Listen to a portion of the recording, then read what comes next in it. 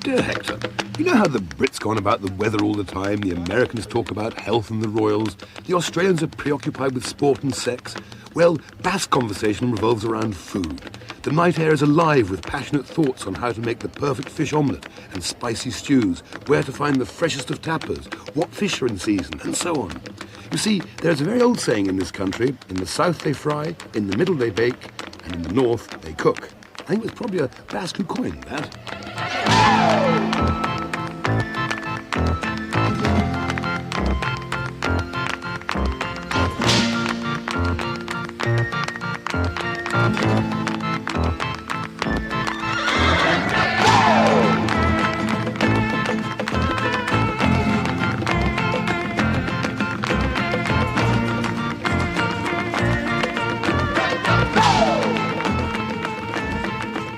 Food here comes either from the rugged coast or the mountains, and it's natural for families to eat in the open air. But belying this happy gathering, there is a serious streak that puts food of the region on par with its fierce streak of independence. Dishes like shanguro, spider crab, its white flesh mixed with peppers, onion, garlic and brandy. Oh, and this, you'd love this one, Hector, freshly grilled tuna covered in a spicy tomato sauce and pimentos, the colours of the Basque flag.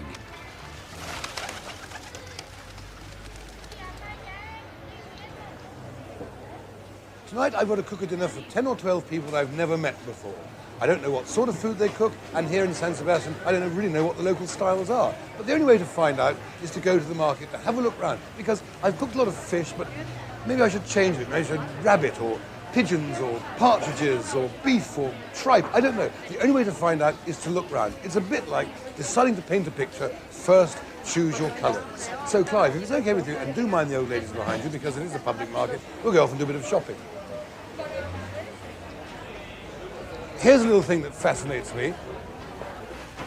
I'm sure I've seen these flowers in the hedgerows of Devon. I don't know what they're called. They're pimpernels or something like that. Anyway, they tell me that here, they boil them up in an infusion, you drink the infusion, and it purifies your blood. Maybe if they've got a few hundredweight, I should have it sent round to my hotel. Anyway, what I really need is some tomatoes. This is real shopping now. Por favor, 2 kilos de tomates maduros. Por favor. Gracias. I love shopping, and incidentally it's a great way to pick up the language. But what I like about the market is the fact that people stay in touch with each other on a daily basis. We've lost that at home, I feel. Modern hypermarkets aren't conducive to idle, friendly chit-chat. This market has all the attractions of an exciting exhibition. But what to cook? Plump, freshly shot pigeon are tempting? No. Or these fabulous home-cured sausages, highly spiced with pimento? And delicious hams that came from the black pig who spent its days snuffling acorns in the mountains? Underrated by many but celebrated in Spain, rabbit, or as they say over here, corneco. 2 corneco, por favor. 2 rabbits, if you please. Now you try and say it at home. I think I'll cook them in red peppers, and garlic will go well too. But you know, Hector, they even take the nasty stringy bits off the beans for you. Considerate people, these Basques. ¿Algo más? Nada más. Muchas gracias. Ah, look, Clive, close in here. That's what I mean. Little chopped bits of fatty bacon, bits of sausage, bits of ham. An absolutely perfect thing to saute my rabbit in, or indeed chicken, or any other meaty thing you want to make a stew from. It really enriches the stew. Excellent stuff. Right, on with some more shopping. Anyway, I think that's enough markets now. This is a cooking program and not great markets of the world. And this is a gastronomic society, founded in 1870 by men who wanted to cook for their families and their workmates and chums, because this is by and large a very matriarchal society where, once upon a time, there was no place for the husband over the kitchen stove. Just think of it. Men who would work in hot factories or fishing boats and in banks would rush home desperate to cook lunch or perhaps a light dinner, only to be told there was not their place to do so. So they formed their own societies, a society where women were forbidden to cook in their kitchen. And it's not one of those weak macho excuses for an almighty binge. It's taken seriously, and members learn from each other, swapping ideas and recipes in a spirit of good-natured competition. These societies should be worldwide, you know, much more fun than swilling lager in the pub night after night. Do you know, in 7 years of making these programs, this is the most extraordinary kitchen I've ever been in my life. It's a private club, but it's not an elitist club. It's a club of men. They may be road diggers, they may be bus drivers, may be barristers, who want to get together and cook for fun. And my God, this is a kitchen full of love that I've never seen in my life before. Anyway, there'll be more of that as we go along, because I've been made an honorary member. I've got to cook them something. I must do it real. I must do it properly, because I'm just an English guy in their sacred environments. So, Clive, a quick spin around the ingredients, please. We have some wild rabbit. The dish focuses on red peppers and also a load of tomatoes I've got cooking elsewhere. Over to here a little bit, some finely chopped pieces of mountain ham and sausage, garlic, back this way a little bit, and onions. And that, roughly speaking, is the dish. Because here in San Sebastian, they don't overspice or overherb their foods. Things are actually very simple. They look good, but they're very straightforward. So, onto the pot here, and the first thing I have to do is brown this rabbit.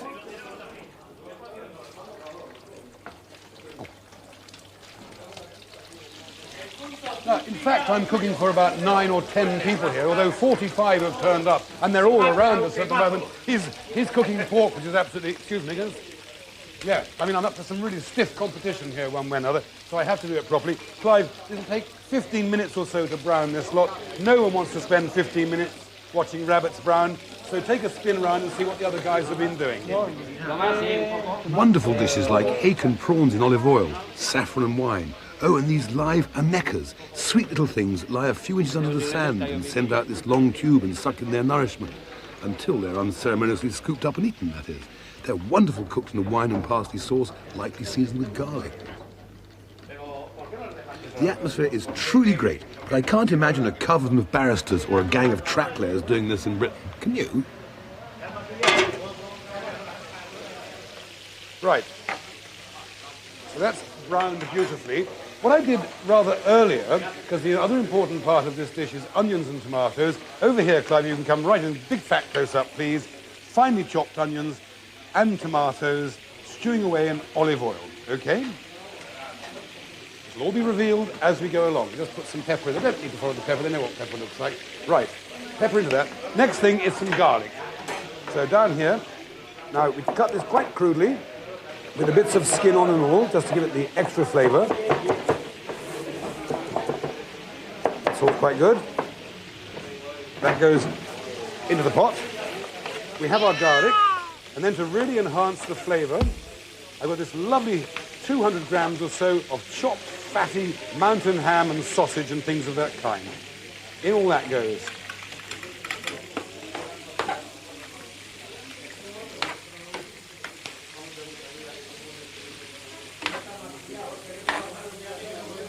Can I have a quick slurp? Because, as I have said, I've just been so touched by the atmosphere in this place, you know. They really do care and love what they're doing. And they're not scrobby, that's my knife, those are my ingredients. I mean, this could be an alternative form of Christianity. This could be a way to actually live a life. Sharing, cooking, eating, and smiling, and really going for it in a very happy way. Anyway, on with some more. Can you give me a slurp? Con patatas fritas, sesos huecos, hígado, liebre chateaubriand.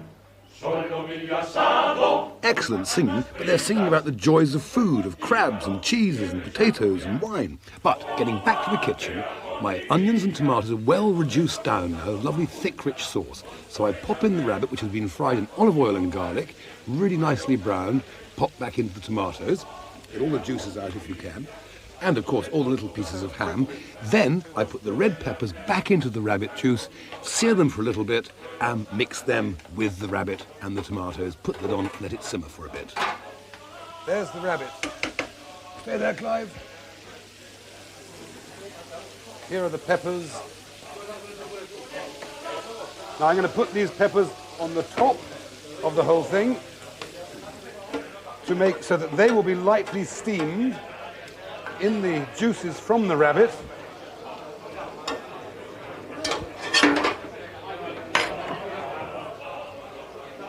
You ready for this one?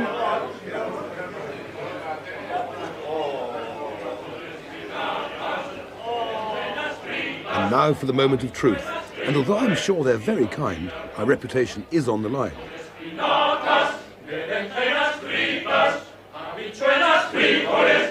I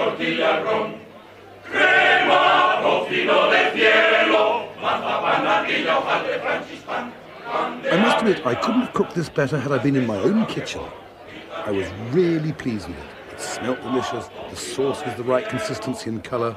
It was, to my mind, done to perfection. But what would El Presidente say?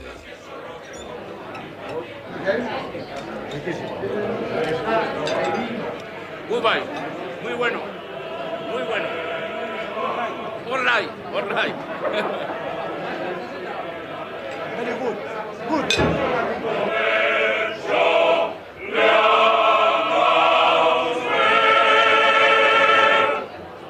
Aren't they Welsh? Aren't they Russian? Aren't they Celtic?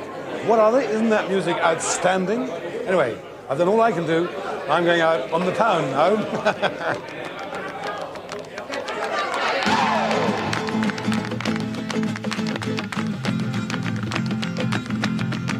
In San Sebastian, it's usual, after a siesta, to don your best clothes and take the air, observing as much as you can of your fellow man or woman. This is a ritual that's been played with grace and dignity since time immemorial.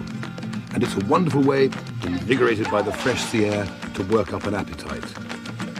Dinner in Spain doesn't usually happen till 9:30 or even 10 o'clock, but it really starts around 7 with a glass or two and then tapas. And what I like is the children with their parents and grandparents. They can all share in the fun too.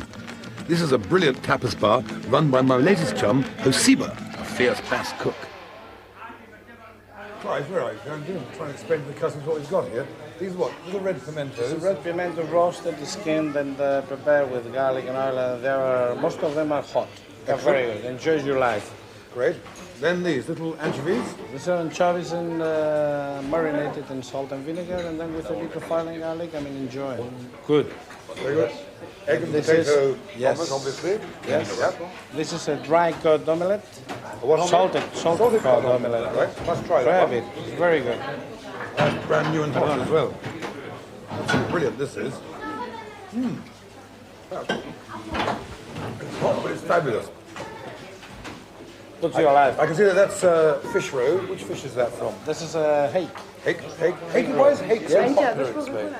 Well, I mean, for us, it's the queen of the fish. The queen of the fish. That's interesting, isn't it? And they're nicking it all from our shores as well, by the way. Oh, I didn't say that. I'm sorry, Spain. This is octopus. This is octopus, I mean, just to catch you before you go without paying. Right. You know what I mean? I get it. That's it. So this one's in This is with vinaigrette. This one is with a hot paprika and oil. and olive oil.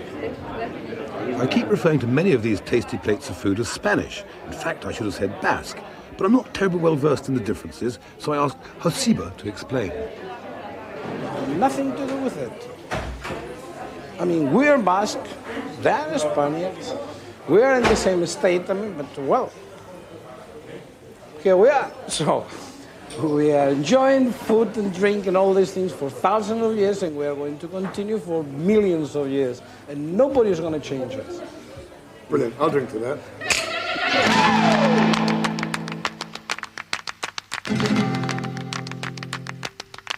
Now, when I meet anyone with a white face who pretends to climb up an invisible wall, I usually cross the street. But now I had an appetite to explore other varieties of tapas, of which there are hundreds involving meat, fish, shellfish and vegetables. In fact, the whole 9 yards. No, as a matter of fact, Poirot couldn't have followed the clues better than I am. This is Tapas Bar 3, and I'm really getting the feel of this place. I know where the body is going to be. Come on in, Clive.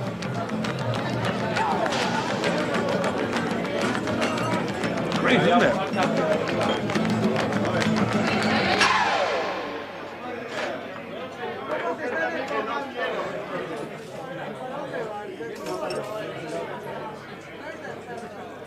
You can be a pauper in this place and yet live like a king. Because these small snacklets only cost a few pesetas each. But by having one judiciously here and then again there and perhaps back here again a little later, you can have a whole wide selection of really succulent, tasty things. Pig's tongues, fish, octopus, squid, spicy sausages, little vegetable things, deep-fried peppers. It truly is magnificent. Anyway, Clive, back on that, because that was a bit long piece to camera.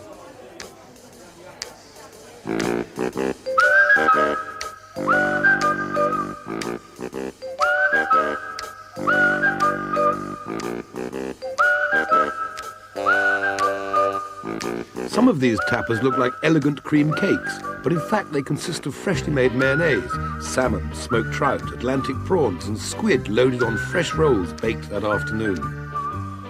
Honestly, this gastronomic detective voyage is going terribly well. This must be now, I think, the Cesio or the Sixth or something like that. Anyway, let's see what they have to offer here. Because you see, the Spanish are nightmare. They buzz, they chatter, they walk up and down, they flash their eyes at one another, they parade past each other, and all the while they're eating and drinking. Come on in.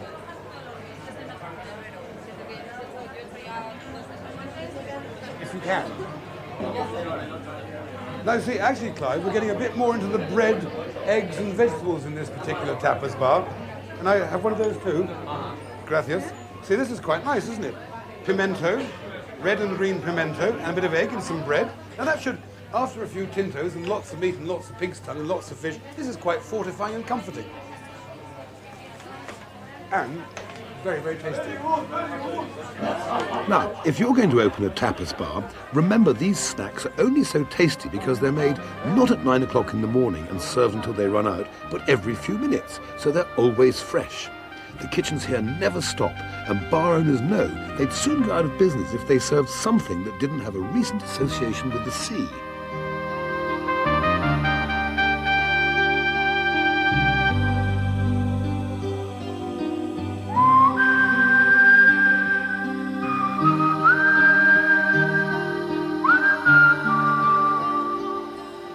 After the hurly-burly in San Sebastian, when you hit tapas bar after tapas bar, it's nice to walk along the port, to walk along the boulevards, and start to reflect a bit about things. Maybe take a coffee, maybe take a little cognac, something like that, just to wind down what has been a really good day.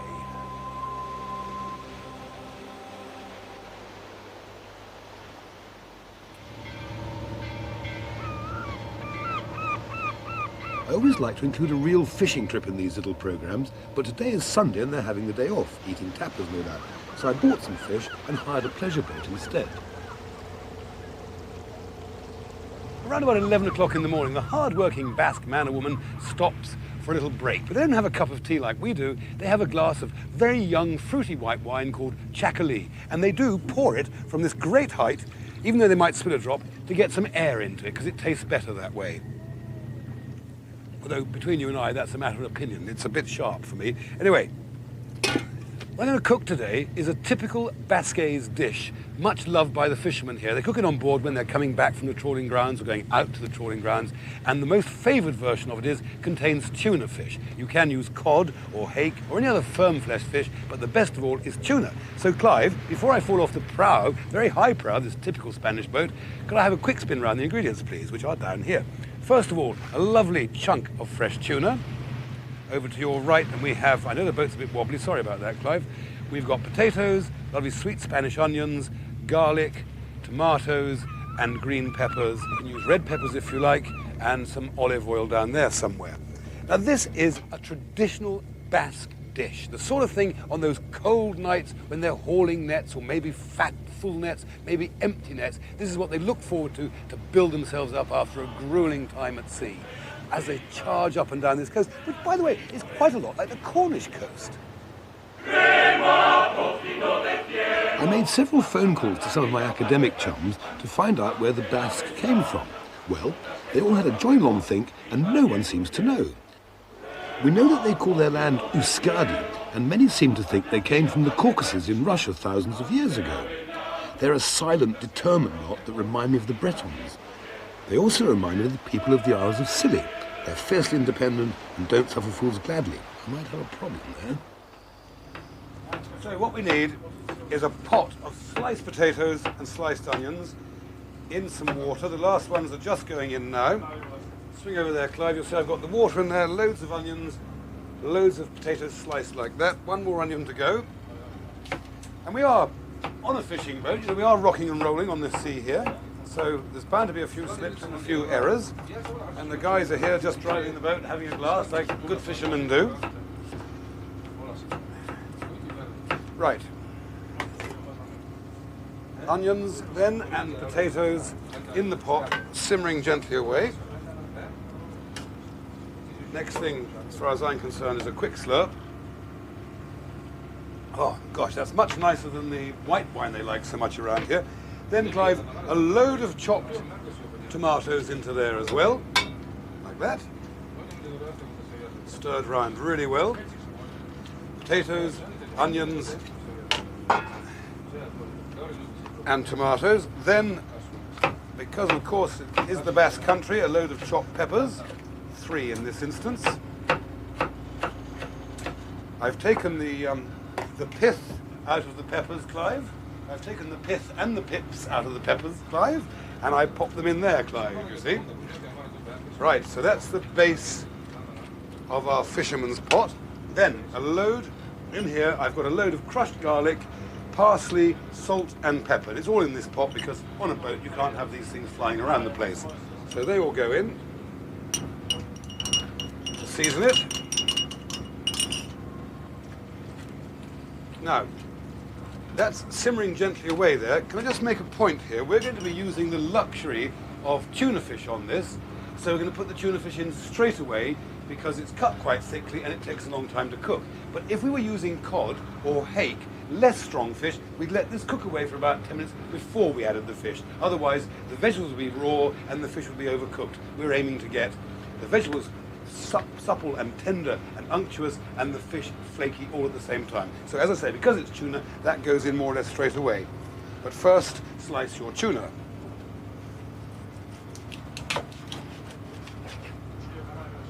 One tuna, 2 tunas. This is enough for a lot of people, really.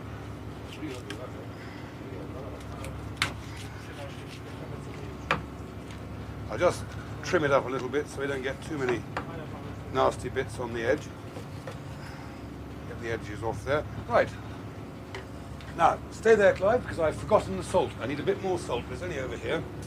It's a good idea to rub a little salt into the steaks.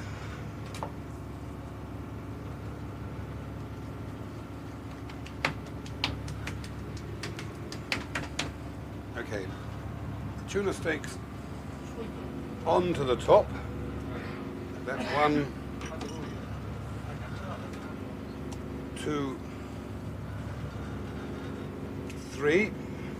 And then, to complete the authenticity of this very typical Basque dish, this is the one they use to eat when they're out fishing. It's potatoes, it's onions, it's peppers, it's water, it's tuna fish, it's garlic, it's parsley, it's salt and it's pepper, and of course, some olive oil.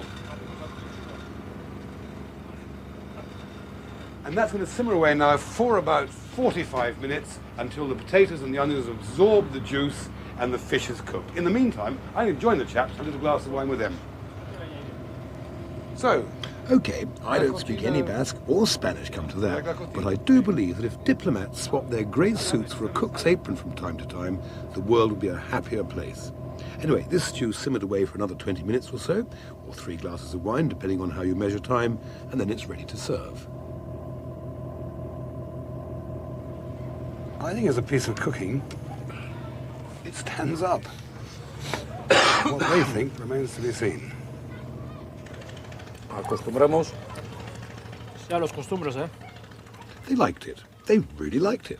Of course, there's criticism. I should have cooked the onions a bit longer, and while we're at it, the potatoes weren't exactly to their liking. But I think, for the first time out, it's been a hit. A palpable hit. Or indeed, a palatable hit.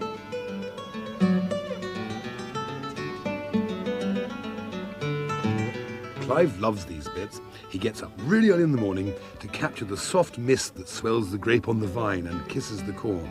And also it gives you, the viewer, a break from me. Anyway, to the east of the Basque region is the northern part of the Riojan Alavesa vineyards, where the countryside changes dramatically. The Moors were driven out of Spain and the Romanesque style began. First from the north, here as in La Guardia, where it was pure, but further south it was often grafted onto Moorish foundations. Oh, that's a fish shop, by the way. In the 13th century, the most popular style was Gothic, but then finally the whole thing was affected by the Renaissance. And now you know just as much as I do about architecture, because it all came from the boys' bumper book of architecture. But you know how keen my director is on those sketches, but as for me, cherries are the things. They're quite the nicest I've had this season. And you know what they say? Life is just a bowl of cherries as long as you've got most of them. Hay que hacer un poco malabarismo, se puede ver, pero... What a magnificent spot. You know, this is exactly the place to do one of those thinking sketches, you know, where you just gaze out over the vineyards. While Clive looks at the view, you hear my voice revealing philosophical things about Rioja wine. Growers from Rioja Alta might disagree, but the Tempranillo grape thrives on the pale yellow clay soil of the Alavesa, and the Mediterranean climate with cool winters helps produce soft, fruity red wines from what is undoubtedly Rioja's finest grape. And I drank bottles of this soft red wine with its lovely blackberry flavour with no hangovers. By the way, Clive, I want to stick the fire up there. Excuse me.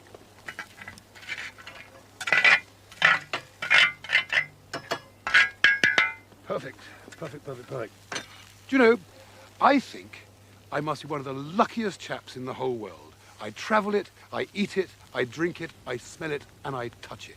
But despite the fact that I sometimes get chauffeured in limousines, live on the penthouse floors of luxury hotels, that can be sometimes a little boring. It's really good to get out into the country, into this magnificent countryside of the northern Rioja, where they grow wonderful wine, where they shoot wonderful game, where they make brilliant sausages, where they grow superb tomatoes, where they make wonderful things for us to enjoy and me to show you.